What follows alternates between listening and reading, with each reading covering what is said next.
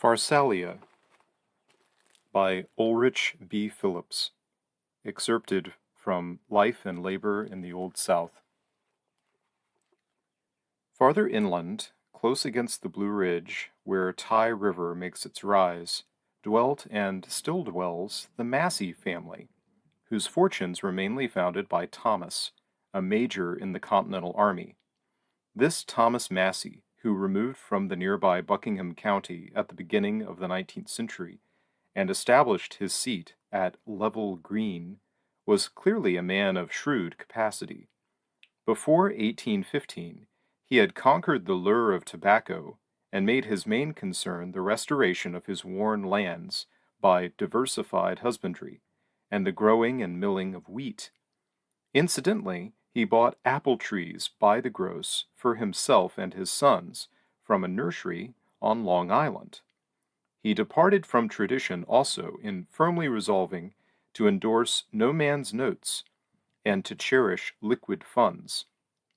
When he died in 1834, he was possessed of $20,000 on deposit and $50,000 worth of Richmond bank stocks, as well as broad acres and many slaves, who ranged in his esteem from high virtue to utter depravity.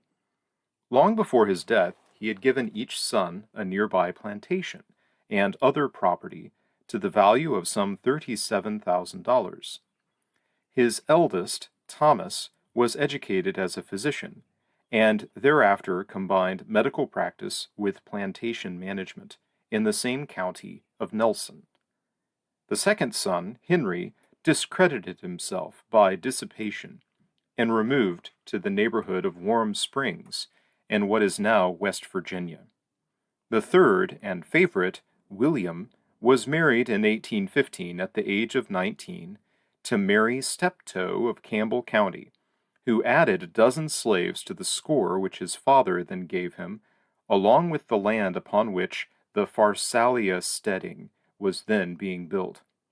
In offering William a choice among sundry slaves, the father wrote, "In respect to a cook, I had thought of Myra. She is strong and healthy, very neat and sensible. She does not steal.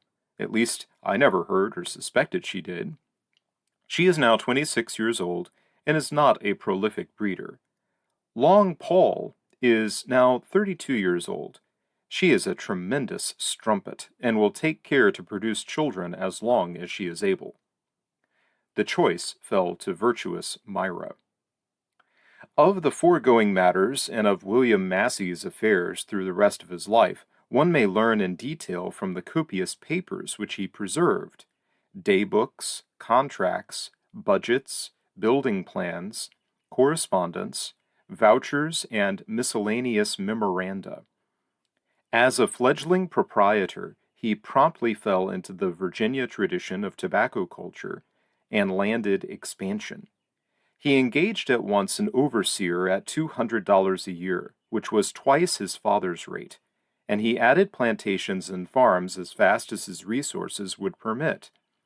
The first of these was Ashpone, which was not long maintained. Then came Tyro and Snugdale, adjacent to Pharsalia, and Montebello, 10 miles distant, at the crest plateau of the Blue Ridge, and finally, by his father's bequest, half of Level Green. He gave Snugdale, with 10 slaves, to his firstborn before the end of the 30s. But sundry small acquisitions, which he generally let to tenants, increased his Nelson County holdings to more than 8,000 acres. A year before his death in 1862, his slaves numbered 139, including 20 who, by reason of superannuation or other disability, were rated as having no value. At all times, the slaves were distributed in plantation groups, with 20 to 25 field hands as the Pharsalia Corps, a like number at Level Green, forces half as large at Montebello and Tyro, with an overseer, a cook, and a scullion as a rule for each gang. In addition, there were blacksmiths, wheelwrights, carpenter-coopers, millers' helpers, and wagoners, as well as a domestic staff at the homestead. Massie's tobacco crops in good years were about half a hogshead, or 750 pounds, per field hand, but its grade was always lower than that from below the James, and its price usually disappointing.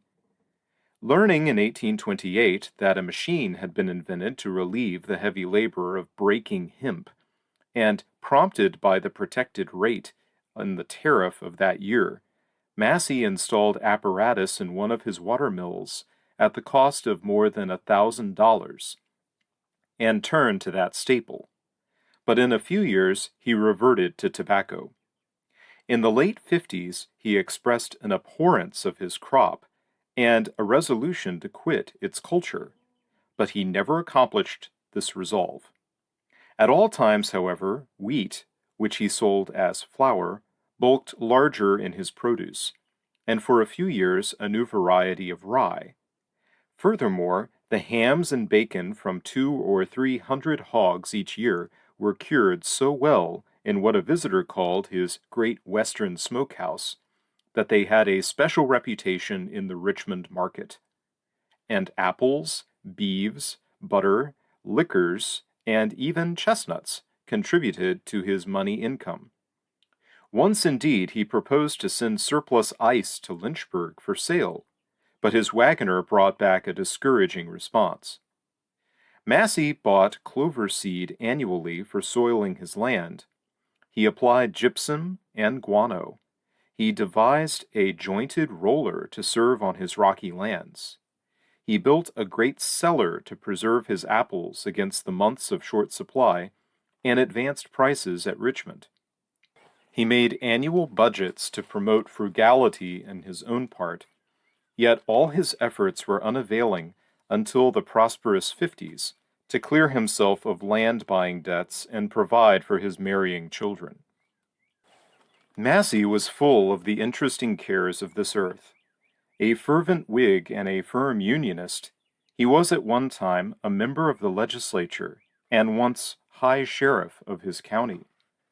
Although he farmed out the functions of this office, instead of discharging them in person, and he was a promoter of good roads and railroads. Hospitable and cheery, though sometimes choleric, vain enough to dye his prematurely gray hair, and outraged when a new purchase of dye turned it green instead of brown, he was essentially domestic and particularly resolved that the grim reaper should not keep his hearthside vacant. When his first wife died after a long illness, he said, "A vile bachelor's life is hell itself to me," and commissioned a friend in Richmond to select a plain, genteel, respectable, industrious lady, with a view to wedlock, if upon their meeting she should prove one who fully tickles my fancy, and whose fancy it may be my good luck to tickle. The result was his marriage to Martha Wyatt, who bore the second and third of his children. After her death, he married, again within a 12-month, Sarah Clark of Campbell County, whose life at Pharsalia was too brief to yield progeny. The last of the four was Maria Effinger, a sturdy maid of the Shenandoah, who bore 10 children and survived her oft-married husband. In the 50s, Massie hired a teacher for some of his younger children and took the sons and daughters of sundry friends to board while attending what he styled the Pharsalia Institute.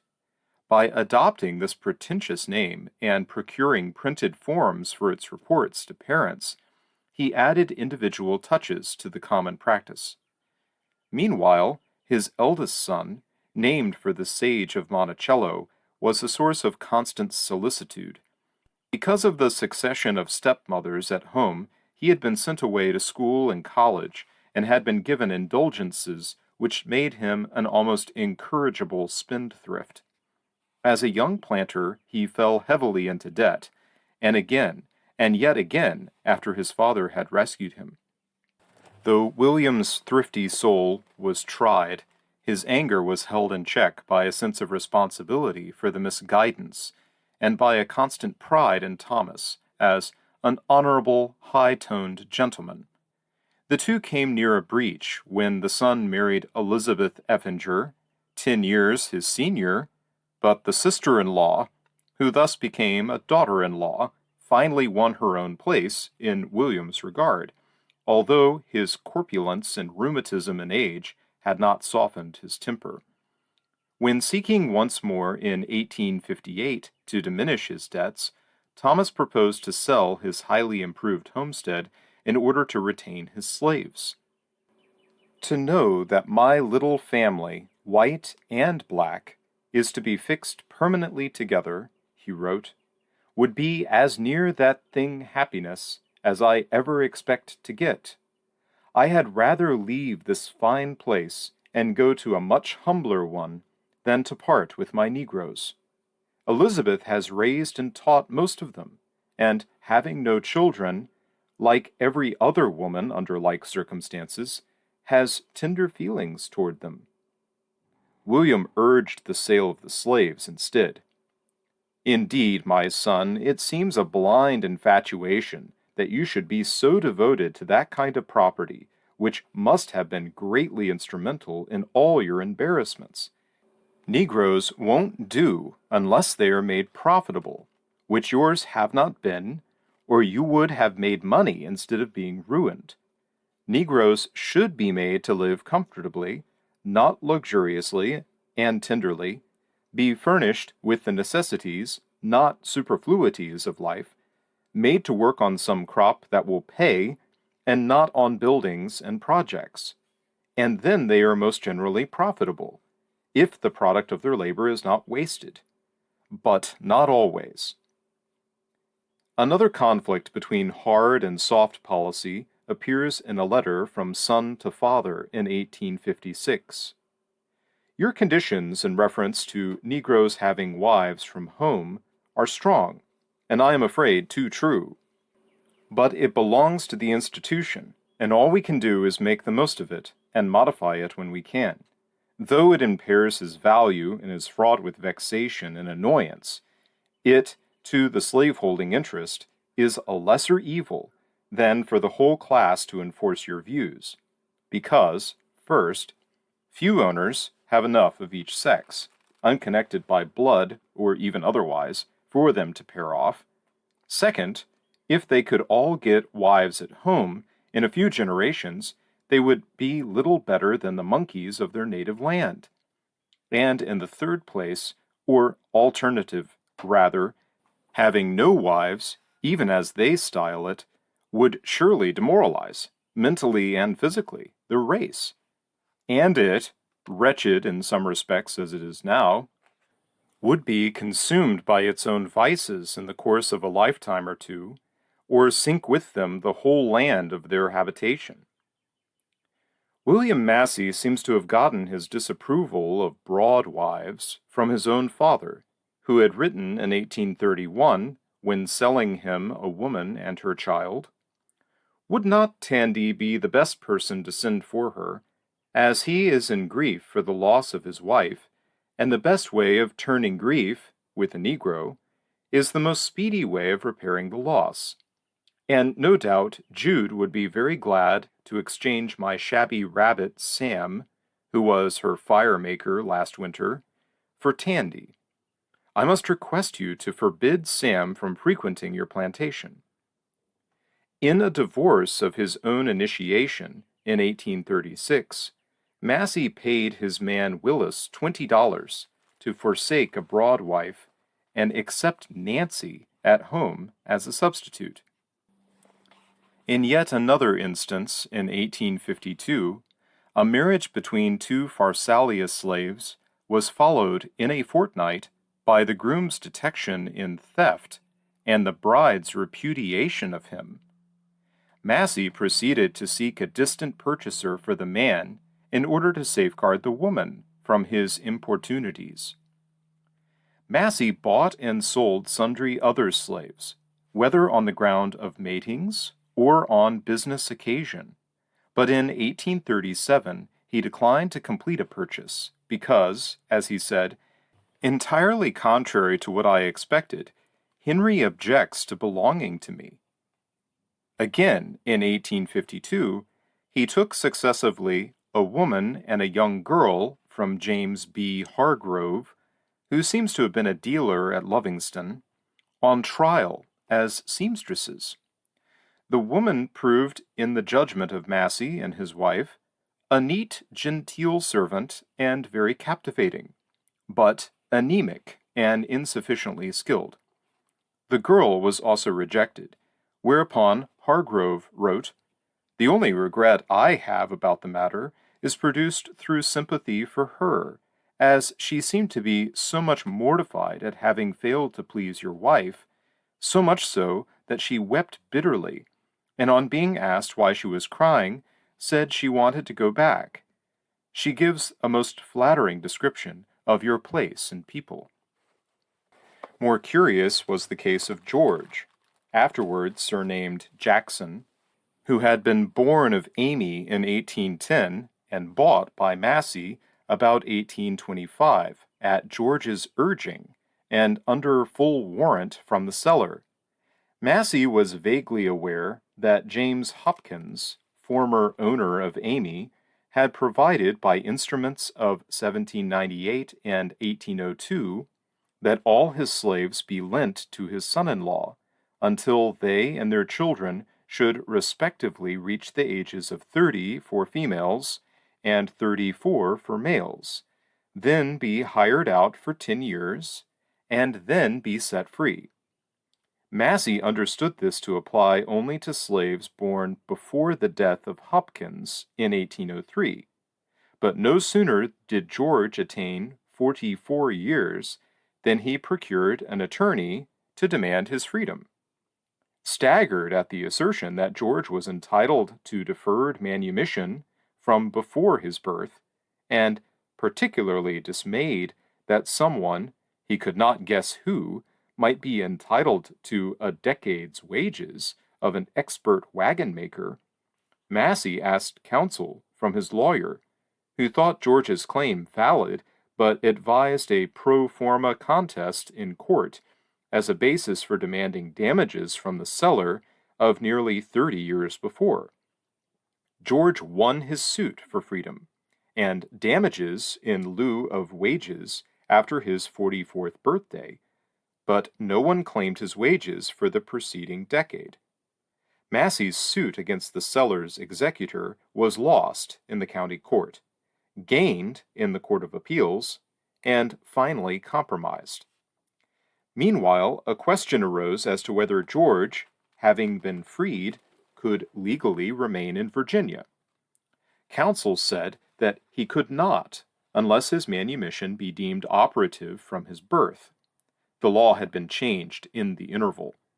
Yet advised him nevertheless to stay if he wished, because in case of proceedings the court could be counted upon to give notice, which would enable him to depart before a penalty for illegal residence could be imposed. George, in fact, hired himself to Massie for a year at $150 and provisions, which was more than some of Massie's white millers and overseers were getting. During the 12-month, George drew pay in cash and sundry goods, including numerous half-gallons of whiskey. At the end, his name disappeared from the record. He had been an invaluable slave, but perhaps he failed to withstand the temptations of prosperous freedom. Another George was bought in 1849 from Christopher T. Estes of Lovingston, after a correspondence which illuminates an economic phase of slaveholding. Demurring at Estes's price for George at the age of 54, Massie wrote, "If 30 years old, he would be cheaper at $1,200 than at $400 now. In buying old slaves, we could afford a pretty good price if it was certain that they would die as soon as past labor, but the possibility, nay, probability, of comfortably boarding a superannuated Negro 10 to 30 years is appalling. I have now 7 of that kind on my hands, most of whom have been past labor 13 to 18 years. The purchase was made and the apprehension realized, for in the list made by Massie for Confederate tax returns, George appears, aged 66, valued at 0, and noted as having diseased ankles. In 1837, Massie remarked that in his locality no field hand could be worth more than $500, and in 1860, contemplating the prices then prevalent, he said, I look upon it as murder, i.e., financial suicide, to lay out money in Negroes to work in Virginia. Yet, when his crops fell short, he could not resist the pressure. Thus, in 1858, he instructed his factors at Richmond to buy him an able-bodied man, which they did at auction, and when reporting it mentioned that while otherwise in superb physique, the Negro had a foot swollen by a shackle. This remark threw Massie into dismay for fear of having bought a chronic runaway, or possibly a desperado. After a tart correspondence with his factors, he learned the name of the former owner, Amos L. Simmons, of New Bern, North Carolina, and promptly inquired of him concerning the man's character and record. Simmons replied to the best of his ability, saying, Jordan is a smart, active man, but unfortunate for him, he is of the Guinea blood, and has a desperate temper which he cannot govern. Sundry contretemps, in the course of years, Simmons continued, had taught him to handle Jordan with diplomacy, but this year an overseer had been employed who had brought about a crisis. Upon the death of a slave child, this shepherd, instead of having the grave dug on Saturday, waited till Sunday, and then summoned Jordan. When Jordan failed to report, as Simmons narrated with some ambiguity of pronouns and a disregard of punctuation, Shepherd went to his house and found that he had gone to dig the grave. He went where he was, and when he got there, he asked him if he did not send for him. He remarked yes, but he did not come, and never intended to come, for he says that you have nothing to do with me. It was your business to have this grave dug yesterday. Mr. Shepherd said to him, Sir, you will have to be whipped. Whip who? I would rather see you undertake it. You may get me hampered, and do it, but don't cross my path after you have done it. And lucky for Mr. Shepherd, he held his passion. Simmons concluded, I hated to part with him, but I feared my overseer might be induced to kill him, and I thought it best to sell him. In his mention of high temper as an accompaniment of the Guinea blood, Simmons doubtless alluded unconsciously to the Coromantee strain, whose traits we have glimpsed elsewhere. When Jordan reached Pharsalia, the first reaction was favorable. The lack of subsequent comments upon him implies that he neither met with nor made trouble in his new home. Massie took pride in his own effective discipline, but there were times when its failure cost him dear. At the end of 1836, he discovered the disappearance of a bushel of wheat and announced that all hands who had been about the barn would be whipped unless the thief were named. The men laid their heads together and notified Sam that he would be delivered to justice, whereupon Sam set fire to the barn, as he afterward confessed, thinking thereby, as his master said, to absorb my mind in a more serious matter, and abstract it from the wheat. Thereby Massie lost the value of some $1,200, and Sam assuredly did not save his own skin. Massie was dolorous at slave deaths, and angered by one's fight, but happy that an epidemic of measles in 1858, which claimed 68 patients, took no toll of lives.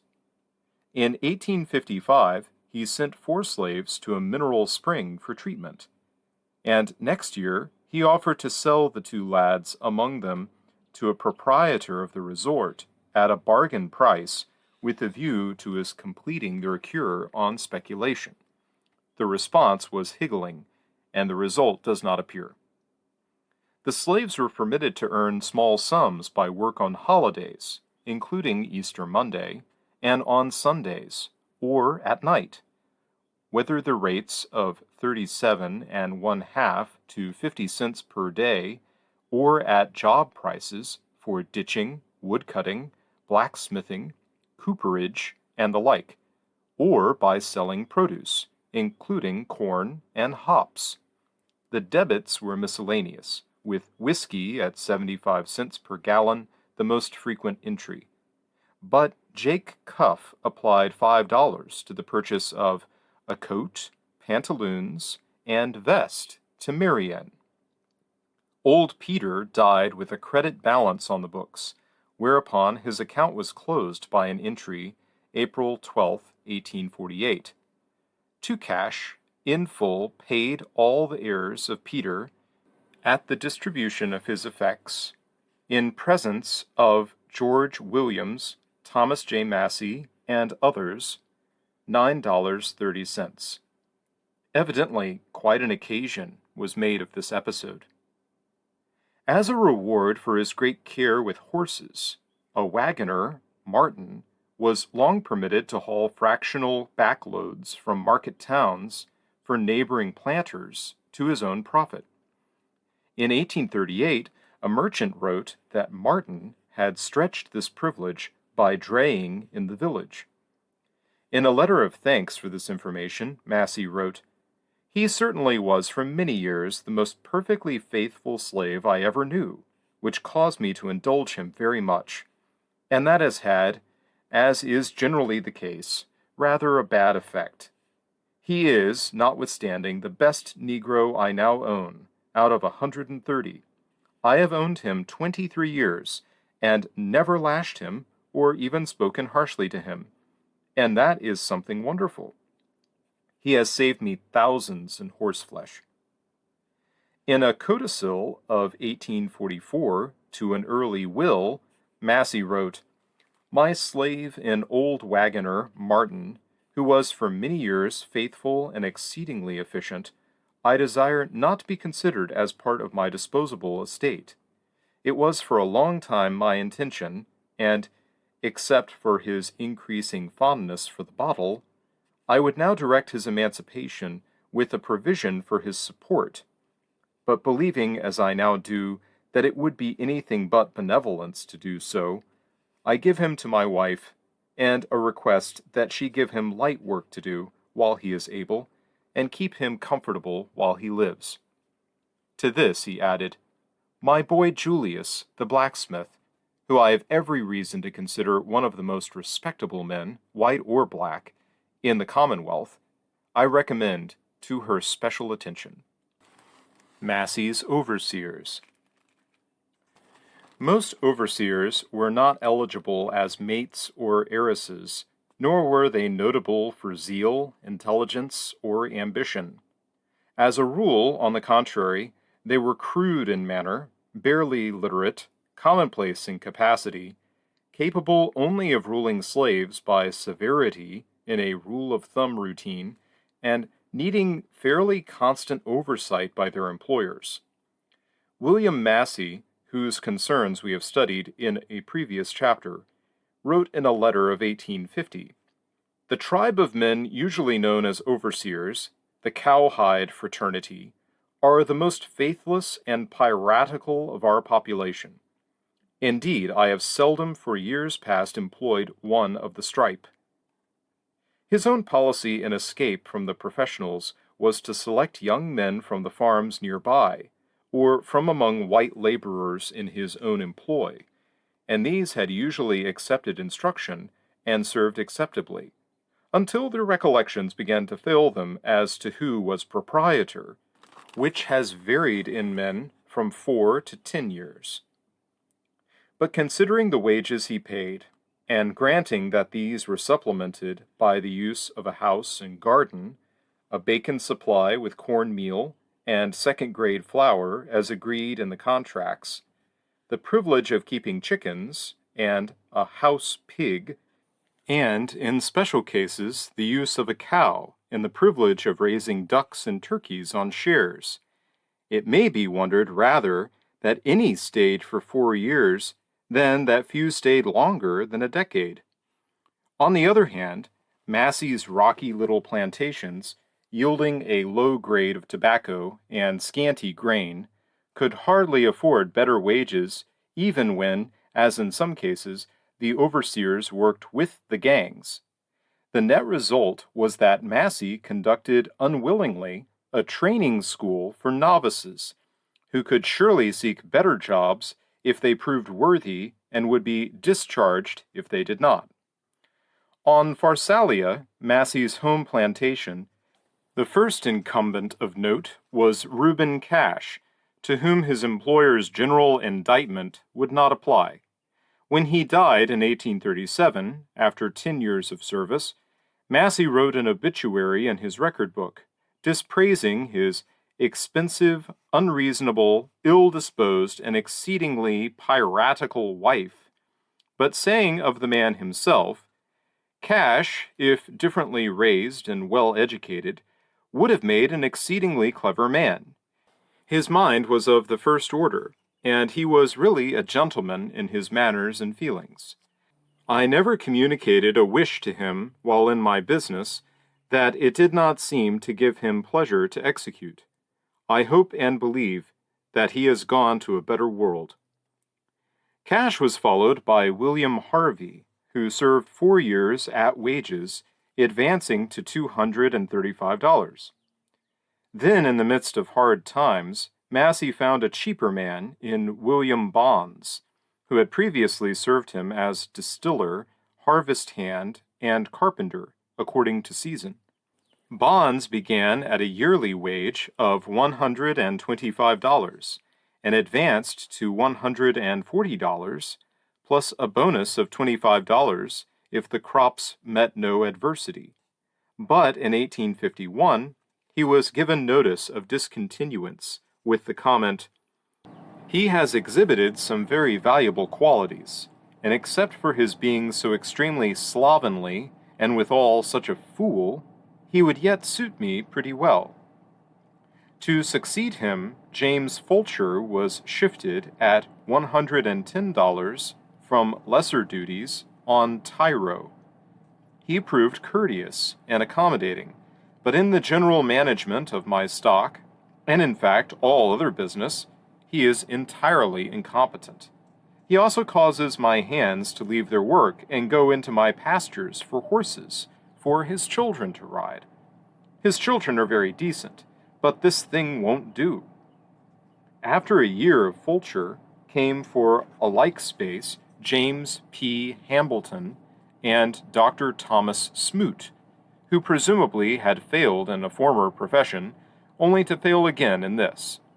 Finally, Bartlett Thompson, who owned a family of slaves, entered a service in 1855, which lasted to 1863, at wages advancing from $150 to $175 by 1859, when Massie remarked, "They are high enough, God knows."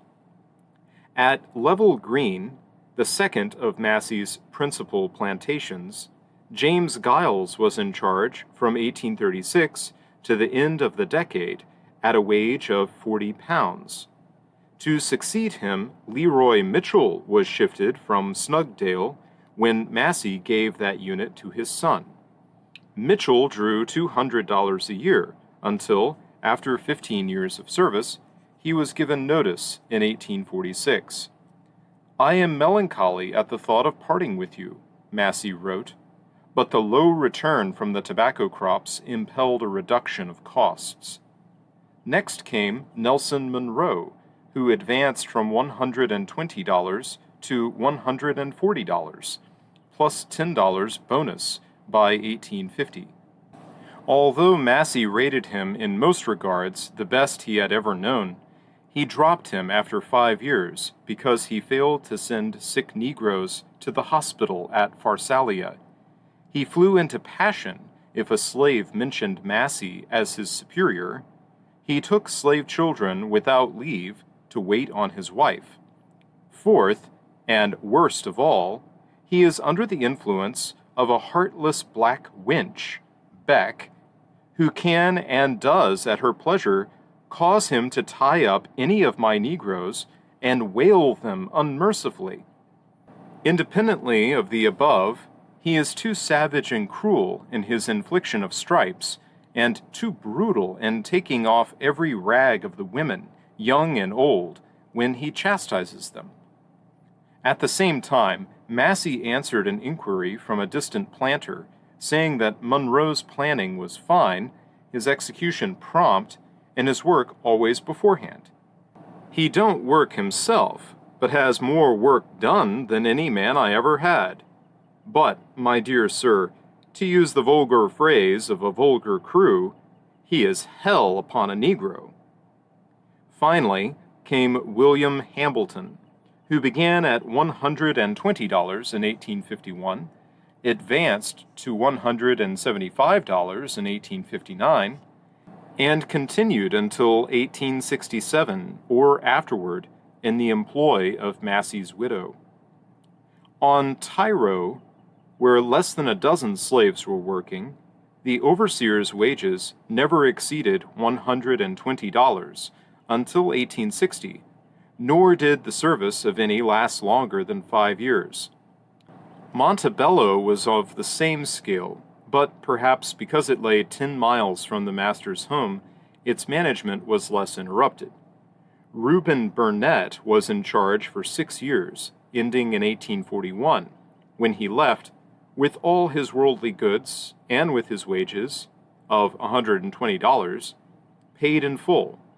He is, I believe, as honest as is common, but not good for much.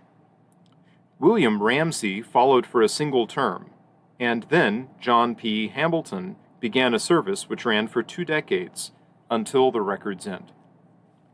Inquiries for overseers came to Massie from other planters near and far, even from one who had moved from Virginia to Louisiana. To his brother Henry he sent in 1832 Peachy Cash, who made an excellent impression of muscular strength, knowledge of crops, and understanding of Negro character. But next spring, several of the slaves combined in assault upon Cash, and fled in sequel. The proprietor wrote in April, "My desperado, George, was tried on the 18th ultimo, and was let off with 50 lashes and burning in the hand. Cash was permitted to inflict the lash. I had him instantly recommitted to jail, and shook him off my hands early next day for almost nothing, $340, to a Negro trader, one Roberts. He is thus destined to the Mississippi country. Gibb, George's companion in crime, I have not heard of, but kept him advertised. I hope yet to get him, if only to inflict well-merited punishment. Cash is going on very quietly with the small stock of hands left. They will, no doubt, well earn their support." William Massie was thereafter very cautious as to testimonials. He preferred to have no share of responsibility in any disaster which might occur, and in any case, good managers within his acquaintance were none too numerous for his own wants.